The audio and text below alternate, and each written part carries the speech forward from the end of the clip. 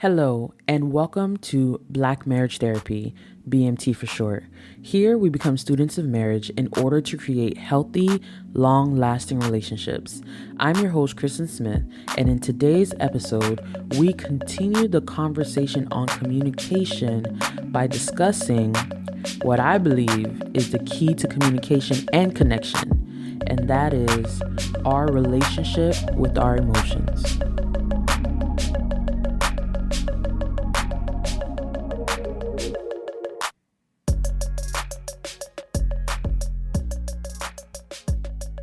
A life led by emotion is a life led to destruction. A life lacking emotion is a life not fully lived. I used to think that I was a stoic person who often had my emotions under control. Unfortunately, what I came to realize is that my emotions were not under control. They were actually stuffed so far down that there was no way to access them. I used to think that this was the best way to live. I felt that emotions only got in the way of accomplishment and success. And for a while, this mindset worked for me and helped me to get through difficult moments. But as I began to mature, and as my relationship with Junior began to deepen, I came to find out that my lack of access to my emotions was negatively affecting my marriage, my relationship with others, and my relationship with myself. This realization only came to me because I found myself in a pattern of stress, numbing, and suppressing feelings. I was having difficulty fully communicating my needs, which led me to feeling disconnected from my spouse. This is why our relationships with our emotions is so important to our marriage and to communication. In this episode, we discuss our relationship with emotions, how our emotions affect communication, and how you can better your relationship with your emotions. Before we get into this episode, I just want to give you guys a quick update. As many of you guys know, I am on my way to becoming a licensed marriage and family therapist. Yay! Okay, I'll clap for myself.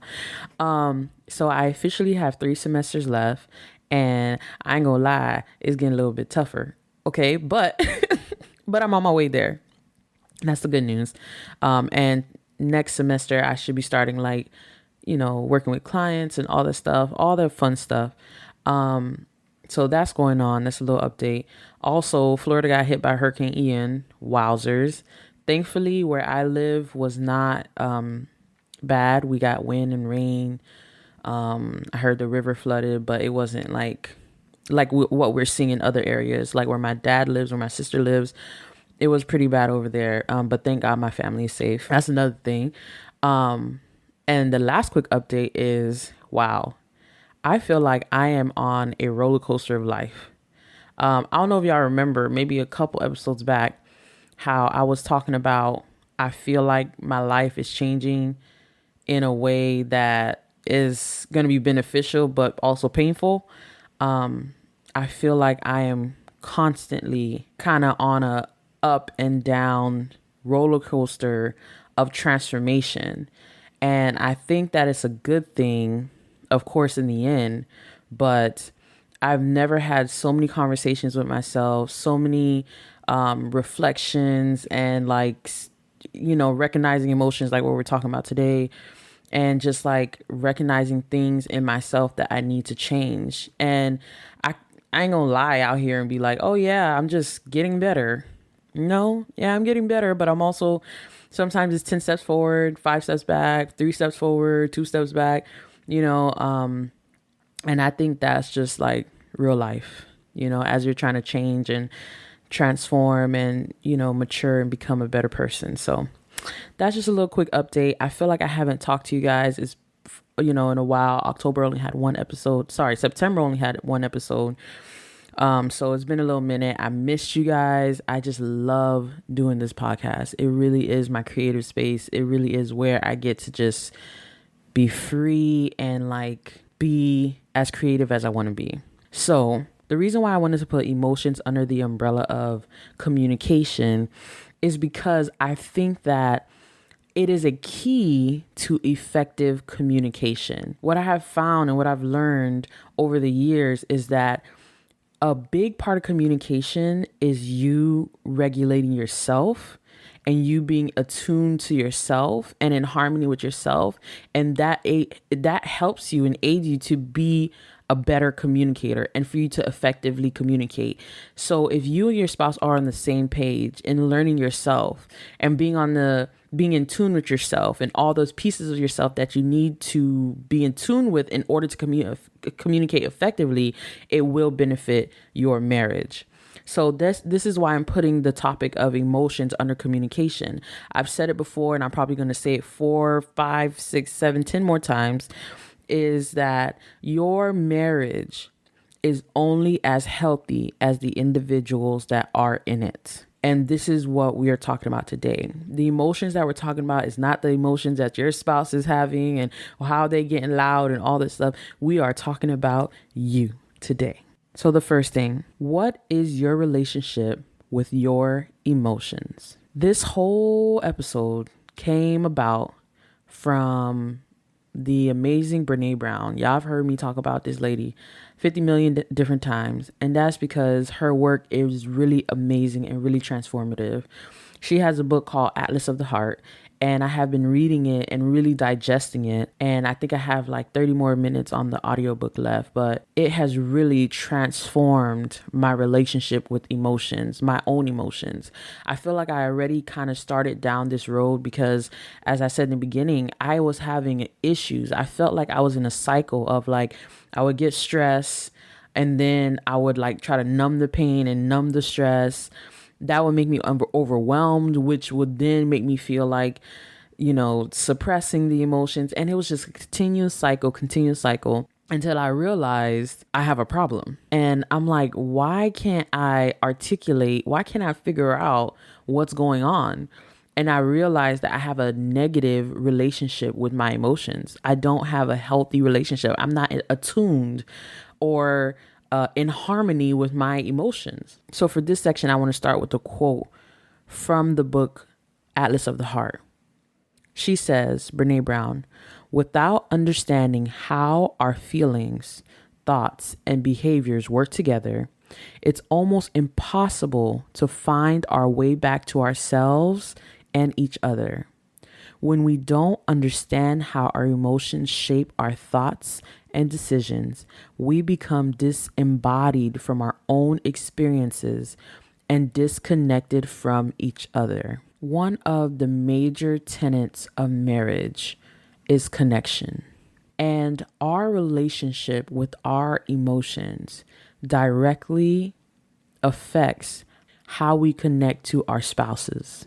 So if we aren't attuned to how we are feeling, if we cannot bring meaning and understanding to our emotions and to our experiences, then it is nearly impossible to communicate the needs that we have, the wants, our feelings, our thoughts. It's impossible to do that without having a good connection, good relationship with our emotions. So I'm going to backtrack a little bit and first talk more about emotions. I think when we first hear emotions, we probably think of emotional, right? We think of somebody who's erratic or somebody who's like, crying a lot or yelling a lot or, really happy and excited. What was so interesting is that in the book, she talks about how a majority of people, when you ask them to name all the emotions that they know, the majority of people can only name happy, sad, and mad. Right. And that is the extent of how we can name and categorize the things that we're feeling. So when we think of emotions, we often think of emotional. And what I have learned is that the more I become attuned to my emotions, the more that I'm able to assess and have self-awareness and say, oh, I'm feeling this, and give meaning and understanding. Oh, well, why am I feeling that? How did I get here? All these type of things. I'm actually better able to manage my emotions. So it's kind of backwards when you think about it. I am actually less emotional in the sense that I'm able to actually communicate and articulate exactly what I'm feeling. So, what is your relationship with your emotions? Some people, they may be over emotional in the sense that they feel and they do. They feel and they do. They feel their emotions and they just act upon it, whatever they feel. So if they are feeling, really sad, they are all the way sad. They're like, I'm about to play my R&B playlist or whatever like that. If they are feeling furious or angry, then they might act impulsively, or, you know what I'm saying? It's almost like you have no reign over your emotions, and whatever you feel, you just act on it. Or you may be a person who's kind of like me, who's very disconnected with your emotions. And you're so disconnected with your emotions, you don't even remember how you feel or how to feel. And of course, I could speak on this one a little bit more because I was so disconnected to my emotions that I did not remember how to feel certain emotions. And this is the interesting thing about emotions. You cannot just cut off the emotions that you don't like. You can't just numb one part of your emotions, right? So let's say I don't want to feel pain. I don't want to feel discomfort. So I just numb it and I'm like, oh, I'm not going to feel pain. I'm not going to feel discomfort. When you numb your pain and your discomfort, you numb your joy, you numb your excitement, you numb all the other emotions. You don't get to selectively just numb one part of your emotions. So if you're a type of person who, maybe you feel like, oh, I don't need emotions, I'm stoic, like I know I have my emotions under control, you're really just numbing your emotions or suppressing them or putting them away. And what's interesting is what I found is that although these two people seem very different, they're actually exactly the same, which is they are led by their emotions with no understanding and no meaning behind the emotion instead of being attuned to them. If you are the person who maybe you seem overly emotional and, you feel like you don't have you can't rein in your emotions. You're feeling the emotions. You're not allowing time for you to seek meaning and understanding from the emotion. You're just reacting to the emotion. So if you feel angry and you punch a wall, you didn't give yourself time to assess the anger and say, am I fearful? Am I feeling ashamed of something? What am I disappointed? Am I belittled? Am I all these different things? You're not giving yourself the space to actually assess the emotion, to give meaning and understanding to the emotions. You're just reacting out of emotions and making you overly emotional and not being able to manage the emotion. So let's circle back. Why is your relationship with your emotions so important to communication and to your relationship? How you connect with yourself on an emotional level helps you to be able to bring understanding and meaning to how you're feeling or how you're experiencing something. And if you can do that, then you can, with clarity, communicate that to your spouse. I think it's important also here to note. That how men and women experience emotions are different, and not different in the way where it's just like, oh yeah, only men feel anger and women don't feel anger. That's not what I'm talking about.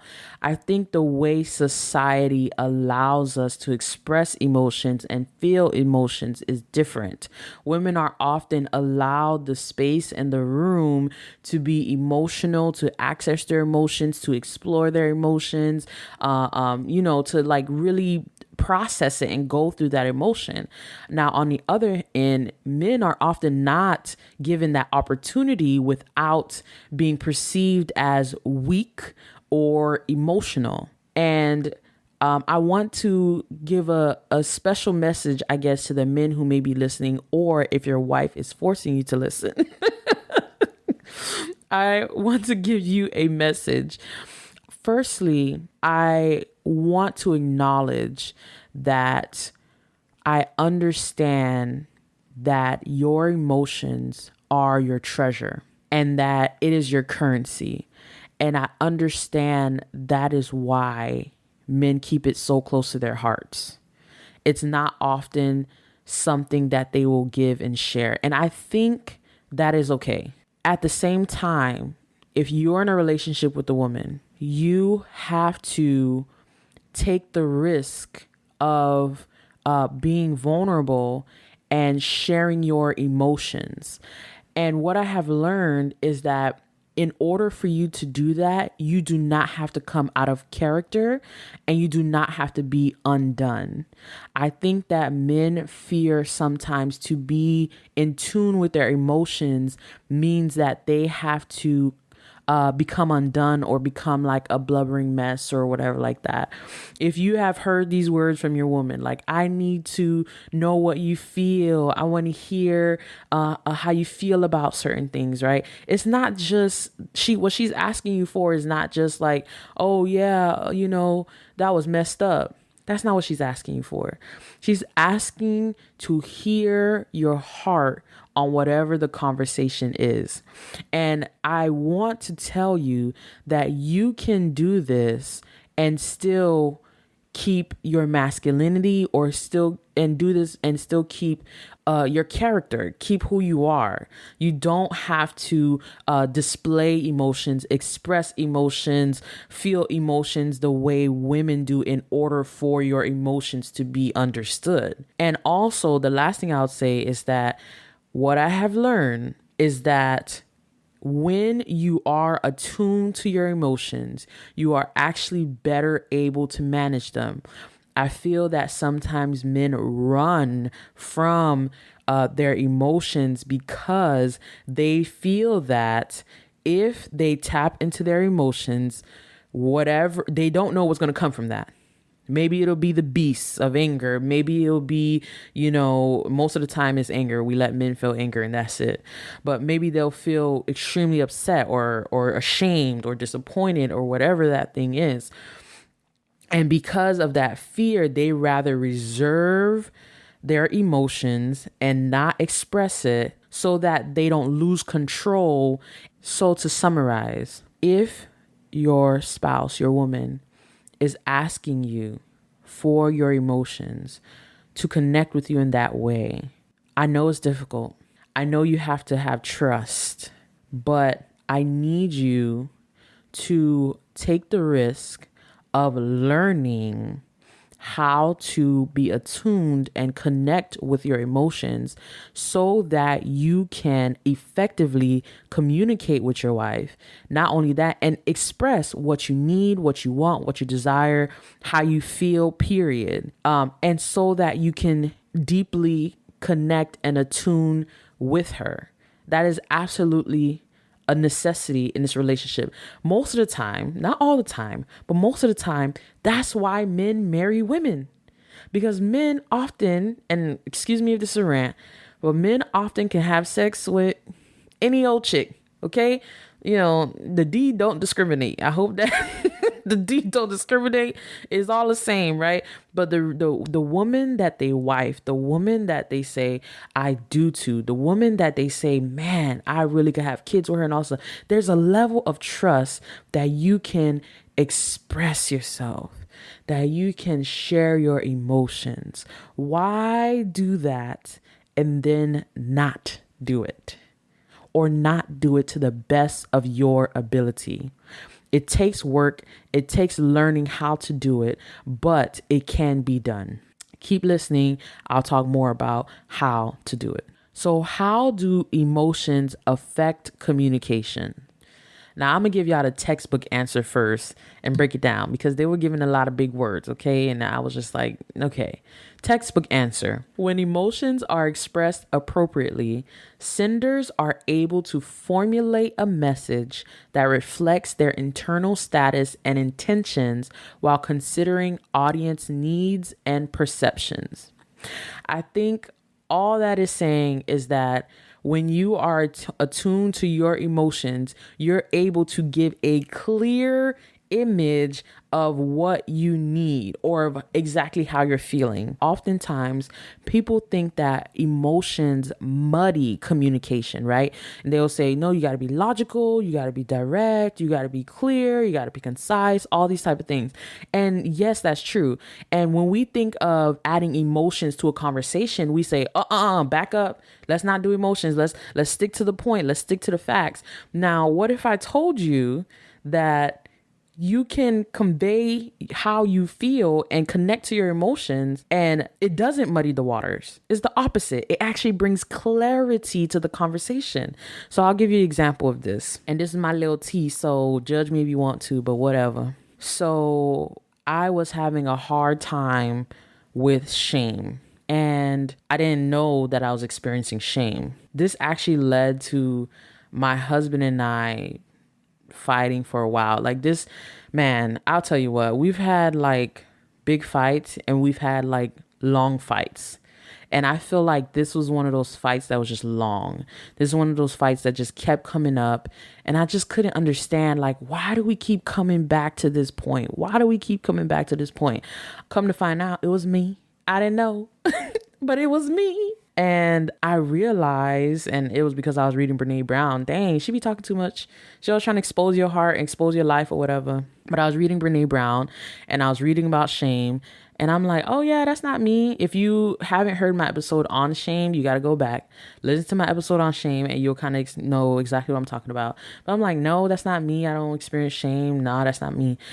And what I realized is that I was experiencing shame. And the reason why this conversation, the reason why we could not find any resolve with this argument that we've been arguing about for months at this point, it just kept coming up, was the fact that I could not recognize that the reason why I was behaving and responding to my husband in a particular way is because I was experiencing the emotion of shame. And what happened was that every time he would say this thing or do this thing, it would trigger me to experience shame. I would go into a shame cycle, which would make me shut down or make me lash out or make me get defensive, which would in turn would cause him to back down and cause him to lose trust in me, which caused disconnection. And I mean, I'm just trying to explain how it's a spiral effect, all because I could not recognize that I was experiencing the emotion of shame. So when I became aware and I understood the emotions that I was experiencing, and I was able to bring meaning to it by saying, well, why am I feeling this? What is this connected to? How did I get here? How do I get here from here to there? When I realized that it was shame, I was able to ask myself all those questions and then be able to articulate directly to my husband what I needed, how I was feeling, how he could help me. And that dissipated the problem and brought resolution. So it's not that it doesn't come up again, because it does. But what happens now is that I'm able to recognize in myself, like, oh, damn, that was a shame trigger. Now I feel bad. And he's even able to recognize, because I'm like, dang, I just shut down. He's like, damn, she shut down. So what's wrong with her? You know, all these things. But I'm able to say, you know, I feel bad. And can I be honest with y'all? It's hard for me to say that. It's hard for me in the heat of the moment, while we're talking and discussing, when I feel the shame, for me to say, babe, I feel shame right now. It's very hard for me to say that. Usually I just shut down. Sometimes I can say it, or sometimes it takes me a minute. Like I'll be like feeling it for like 15 minutes. And then I'm able to come back and kind of like jovially in a joking way, tell him how I was feeling. But I got to give props to my husband, because he can recognize when I'm feeling that way, and he has a different approach. But once we had that discussion and I told him, I need you to be softer. I need you to be, you know, add a little bit of extra love to your words. I need you to give me a little bit more praise, a little more validation in this specific area that I'm feeling shame. And he's able to do that. So a conversation, our communication went from muddy and murky and cyclical and aggressive and angry and combative to clear, direct, very calm and more loving. We were able to add more love to the conversation. He was able to show me compassion and empathy. He was able to connect with me and come close to me. And we became more attuned because I was able to say, I am feeling this way because, and this is why you being in harmony with how you feel is imperative to communication and to the health of your relationship. So that's how emotions affect communication. So the last thing I want to talk to you guys about is how. I feel like people always tell us, tell people, you need to do this, you need to do this, and they put knowledge out there and it's all great, but how? Okay, the knowledge is great, but how do you do that? And the how is important, and I hope I can help you. First and foremost, you got to get the book. The book has definitely helped me on the how to better my relationship with my emotions. And the book goes over all those emotions that the researchers have found to be what people most experience. Like they kind of narrowed it down, and it goes through each and every single one of those emotions and explains them to you and explains what it means, how it may show up and what it looks like when you're feeling that emotion. And it really breaks it down and it gives you language. It helps you. And speaking of language, that is the first key to better your relationship with your emotions. So there's a section in the book that talks all about language and why it's important. But I'm just going to give a few quotes on that section because I think this is important and I think they explain it very well. I don't know if I could do better than what they're doing. So I'm going to read what Brene Brown was saying, and also because she's getting information from researchers, she's a researcher, all these different type of things. She says, without accurate language, we struggle to get the help we need. We don't always regulate or manage our emotions and experiences in a way that allows us to move through them productively, and our self-awareness is diminished. If we don't have a sufficient emotional vocabulary, it is difficult to communicate our needs and to get the support we need from others. But those who are able to distinguish between a range of various emotions do much, much better at managing the ups and downs of ordinary existence than those who see everything in black and white. The process of labeling emotional experience is related to greater emotion regulation and psychosocial well-being. So what they're saying in those excerpts is that when you're able to put language to how you're feeling, you're able to regulate yourself better. Like I mentioned before earlier, I said that I feel that the more I have become attuned or in harmony with how I'm feeling, I am actually better able to regulate my emotions. So going back to the shame example, when, it doesn't stop the experiences. So if there's a situation that happens in my relationship where I got a shame trigger, like, okay, I feel ashamed, I'm able to recognize that. And it's not only able to recognize it because I'm like, oh, okay, something just happened. I'm feeling that feeling that I feel of shame. I'm able to name it and say, okay, that's shame. And I'm able to add meaning and understanding to it. So I'm like, okay, I feel shame. What just happened? What did my husband say? What did I say? That made me feel that shame. And now I can say, well, what can I do with that? So instead of being a slave to my emotion and just getting that feeling and just reacting from it and not knowing what to do with it and getting defensive or getting upset or shutting down, I'm actually able to manage my emotion, be more productive with it, move through it and say, this is how I need to address it. This is how I need to resolve the issue. And that's what language does. And the way you can get language is by being educated, right? And exploring those emotions more. This book helped me to actually put the language pieces together. There was a section on overwhelmed. There was a section on stress, feeling overwhelmed, and the difference between the two and how you can recognize them, because that's another thing that I deal with often is stress and feeling overwhelmed. And now that I have the language to know the difference between being overwhelmed and being stressed, I'm able to pinpoint it and work through it. So you have to find language, you have to be educated. I can tell you this journey of managing your emotions, being attuned to your emotions, getting connected to your emotions is, as David Arnold would say, RIP, it ain't for the weak. It is difficult. It is challenging. It is risky. At many times you will want to retreat.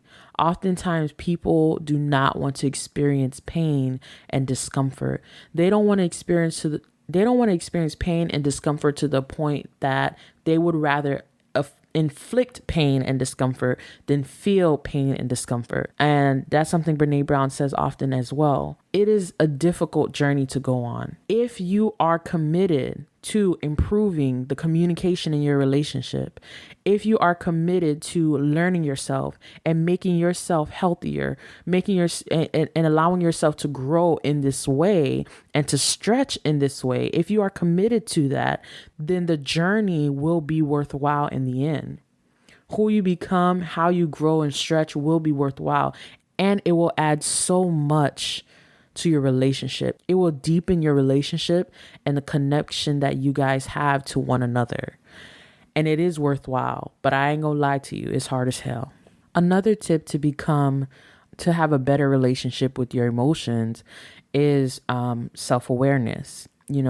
Starting to become aware of your emotions. I think this is actually before language. Language, I guess, has to come after first being aware of your emotions. And if you're a person who maybe you don't let yourself feel emotions like I talked about before, then that may mean allowing yourself to feel the emotion. Ooh, that seems scary, right? And allowing yourself to be aware of the emotion. And that's the positive emotions, that's the negative emotions, all of them. You just have to start becoming aware of the emotion, even if you don't have the precise language to know what everything means right away. Just allowing yourself to feel it and becoming aware of things that's happening, especially in a relationship, especially when you're communicating. Another thing that you can do to have a better relationship with your emotions is to talk it out. Now, do this with someone who you feel is safe, right? I feel like, with us ladies, we may have a girlfriend that we could call and be like, this is how I'm feeling, da da da. Or maybe fellas, you have a friend, or, maybe you don't want to do it with your spouse right away. But somebody you can trust, somebody who's not out here trying to just like hear all your business, or gossip or whatever like that.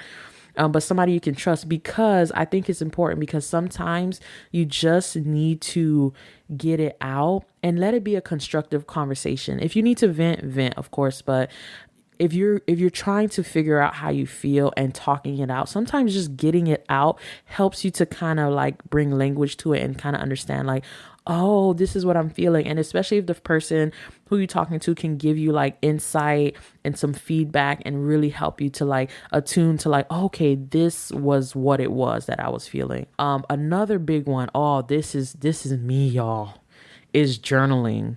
Now, I know we in 2022, we in a digital age, so maybe people don't write anymore. I used to journal. Like I have like old journals from like 2009. I think that's my earliest one is 2009. I have journals. But as of late, being a mom of two, bruh, it ain't gonna happen that way. I journal on my notes app. And it's whenever I'm feeling a big emotion, I just write exactly what I feel. I don't filter anything. I don't try to make it sound good. And this is why I feel like journaling is so powerful. There's no holds bar. You don't have to be pretty and cute with it. You just write exactly how you feel. Writing it out actually helps you to kind of like become aware of what's happening and what you're feeling. So that's another way. And another way also is a mental health professional, to help you have a better relationship with your emotions. Because, and this is a person you could talk to if you don't have somebody who's safe that you can talk to, who's a friend, a pastor, mama, something like that, then you can always go to a mental health professional, and they just become like a sounding board. They become someone that you can help you maybe recognize those specific emotions that you're experiencing. This has definitely helped me. There was a point in my life where I was feeling extremely stressed, extremely overwhelmed. This is actually after my baby was born. And it was, we were right smack dab in the middle of a pandemic. It was trash. It was big trash. You were there, and I was speaking to a counselor, and there was a lot of things that was going on. And, even though I feel like I have good language and understanding, she was bringing a lot of insight. And I was like, hold on. First of all, you don't know my life. That's what I was thinking at first. But after listening to her and putting into practice and doing my homeworks and my journaling and all this stuff, it really did help me to bring insight into issues and problems and emotions that I was having. So that is another way for you to better the relationship with your emotions. Next week is my husband's and I 10-year anniversary. Woo woo. I'm so happy. I'm so excited. Can't believe it's been 10 years. It doesn't feel like it's been 10 years, but that's what the calendar says. It says it's been 10 years. So, and for our 10-year anniversary, one thing that I have asked him, and because we're kind of like writing down like, okay, well, what do we want the next 10 years to look like? Like, how do we want to grow in our relationship? Like, how is the vision changing or growing or expanding? And one thing that I express is that I would like my husband to be more vulnerable with his emotions. My husband is very transparent. He is a what you see is what you get type of person. So oftentimes he has no problem with transparency and telling you what happened and all these things. But when it comes to vulnerability, he is definitely, I think, the typical dude in some sense, where he's just like more reserved with his emotions. And I understand that I've affected that because of trust issues and all these other things, and I'm trying to work to better gain his trust, and so that he feels more more safe to express his emotions. But as we're doing that together, as I'm becoming more trustworthy and him being more vulnerable, that's one thing I'm asking him to do, is to be more vulnerable with his emotions, because I want to know how he feels. That is all that I have for you guys today. Thank you all for tuning into this episode of Black Marriage Therapy. If you haven't yet, follow us on Instagram and Facebook at Black Marriage Therapy. Thanks again for listening, and see you again next time.